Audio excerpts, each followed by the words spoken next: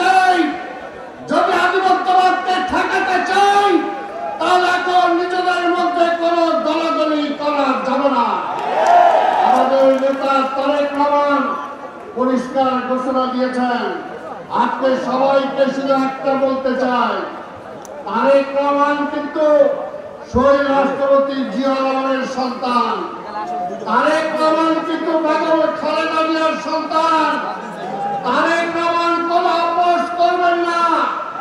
কোথাও যদি দলের মধ্যে কেউ বিভেদ সৃষ্টি করতে চায়, সেখানেও কিন্তু তারেক রহমান আপোষ করবেন না, এটা মনে রাখবেন।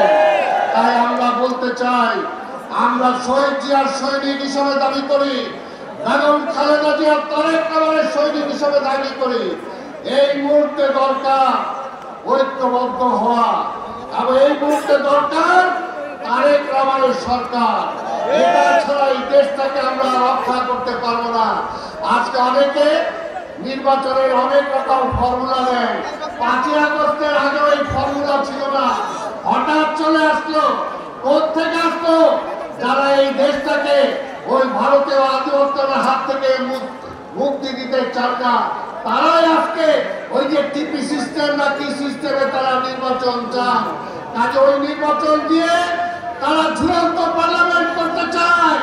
তারা শক্তিশালী সরকার হোক, এটা তারা চায় না। আর শক্তিশালী সরকার না হলে ওই যে ভারত প্রতিটা দিন একদিন পর পর রাতের বেলা পুশিং করে, সেই পুশিংকে থামাতে পারবে না। এই সরকার যেটি পুশিং থামাতে পারছে না, দুর্বল সরকার হলেও ওই পুশিং থামাতে পারবে না। আমাদের বিরুদ্ধে ষড়যন্ত্র চলছে। শেখ হাসিনা ওইখানে বসে এখনো বলে তিনি নাকি প্রধানমন্ত্রী, আবার যে কোনো সময় চুপ করে আসতে পারে। এই ষড়যন্ত্রকে রুখতে হলেই অনতিবিলম্বে নির্বাচিত পার্লামেন্ট দরকার। সেই কারণে আমরা নির্বাচন চাই। বিএনপি ক্ষমতার জন্য রাজনীতি করে না, বিএনপি দেশের জন্য রাজনীতি করে। আজকে যারা এই পথ পরিবর্তনের কথা বলেন, এমনি হয়েছে, এমনি হয় নাই। হাজারো নেতা কর্মী আমাদের শহীদ হয়েছে, গুম হয়েছে, রক্ত দিয়েছে, পঙ্গু হয়েছে, চোখ হারিয়েছে, হাত হারিয়েছে, পা হারিয়েছে। আজকে তাদের জন্য কি আমরা বিচার চাই না? আমরা বিচার চাই। আপনারা কার জন্য বিচার চান?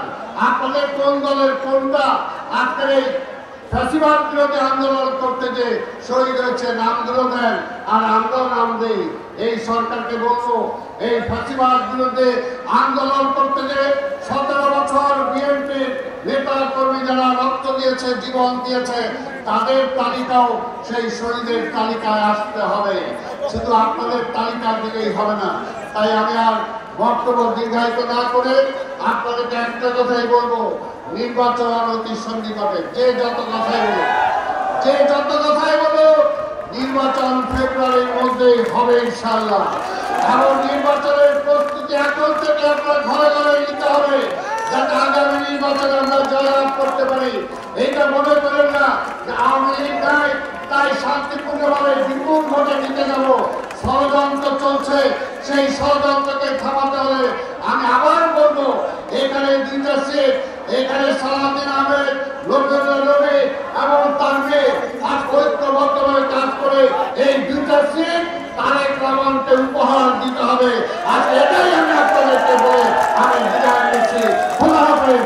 বাংলাদেশ জিন্দাবাদ, বিএনপি জিন্দাবাদ, দেশনেত্রী বেগম খালেদা জিয়া জিন্দাবাদ, আমাদের নেতা তারেক রহমান জিন্দাবাদ, স্বাধীনতার ঘোষক শহীদ রাষ্ট্রপতি জিয়া রহমান